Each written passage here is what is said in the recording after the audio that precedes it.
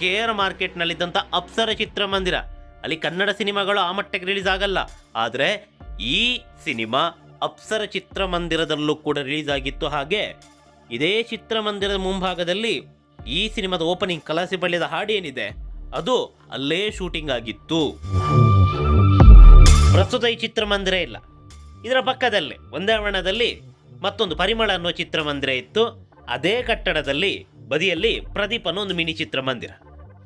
ಅಲ್ಲಿ ವಯಸ್ಕರ ಸಿನಿಮಾಗಳನ್ನು ಹಾಕ್ತಾ ಇದ್ರು. ಪರಿಮಳದಲ್ಲಿ ಹಿಂದಿ ಸಿನಿಮಾ, ಅಪ್ಸರದಲ್ಲೂ ಹಿಂದಿ ಸಿನಿಮಾ. ಕನ್ನಡ ಸಿನಿಮಾಗಳು ಡಬ್ಬಿಂಗ್ ಆಗಿ ಹಿಂದಿಯಲ್ಲಿ ಅಲ್ಲಿ ರಿಲೀಸ್ ಆಗ್ತಾ ಇತ್ತು. ನೋಡ್ತಾ ಇದ್ದೀರಾ ಚಿತ್ರಮಂದಿರ ಯಾವ ರೀತಿ ಇದೆ ಅಂತ. ಪರಿಮಳ ಚಿತ್ರಮಂದಿರ. ಅದರ ಪಕ್ಕದಲ್ಲೇ ಆ ಖಾಲಿ ಜಾಗ ಏನಿದೆ, ಇದೇ ಜಾಗದಲ್ಲಿ ಇದ್ದಿದ್ದು ಅಪ್ಸರ ಚಿತ್ರಮಂದಿರ. ಇರಲಿ, ಈ ವಿಚಾರವನ್ನು ಪಕ್ಕಕ್ಕೆ ಇಡೋಣ. ಇಂಥ ಚಿತ್ರಮಂದಿರದಲ್ಲಿ ಈ ಸಿನಿಮಾ ಬರೋಬ್ಬರಿ 50 ದಿನವನ್ನು ಪೂರೈಸಿತ್ತು. ಆ ಮಟ್ಟಕ್ಕೆ ಈ ಸಿನಿಮಾ ಯಶಸ್ಸನ್ನು ಗಳಿಸಿತ್ತು.